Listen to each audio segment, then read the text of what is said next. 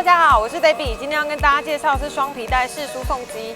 这台双皮带式输送机比较特别的地方是，它不是固定的，它是可以左右横移。那这个功能主要是针对客户他的工件强度每一次都会不一样，那我们就可以针对长度不一样去做左右调整的设计。那我们下面还有设计一个刻度标示表。客户可以依据他的产品长度去做记录，那有这个刻度的标示，他们到时候可以快速的找到机台要到的定位，然后做固定。